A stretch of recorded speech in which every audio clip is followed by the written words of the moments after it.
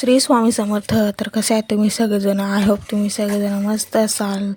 तर मी तूप बनायला घेतलं आहे. सगळी प्रोसेस मी एका मोठ्या पातेल्यात मला हे काढून घेतली. हातानेच फेटलं होतं, मिक्सरला नाही केलं. मिक्सरपेक्षा हाताने मला बरं पडतं म्हणून सगळं 10-15 मिनटानंतर सगळं मला एक गोळा झाले आणि पातेल्यातलं पाणी वगैरे वेगळं झालं. मग ते मी सगळं तुपाचे गोळे मी चांगले दाबून घेतले, त्यातलं पाणी वगैरे सगळं निघून गेलं आणि गोळे करून तूप बनवायला ठेवून दिलं.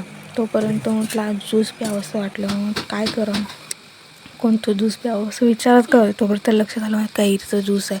मग काय घेतली सोलून कापून वगैरे घेतलं. त्यात मी पुदिनाची 2-4 पानं, कोथिंबीर, साखर थोडीशी, हे सगळं एकदम मिक्सरला लावून पेस्ट बनवून घेतली आणि ग्लासाला मीठ मसाला वगैरे असं लावून घेतलं. आणि तोपर्यंत आपल्या इथं कच्च्या कैरीचं ज्यूस वगैरे तयार झालेलं आहे. मस्त चटपटीत खूपच छान झालं होतं, तिखट गोड आंबट असं. तोपर्यंत आपल्या इथं तूप पण झाला. तर चला भेटूया पुढच्या व्हिडिओमध्ये. श्री स्वामी समर्थ.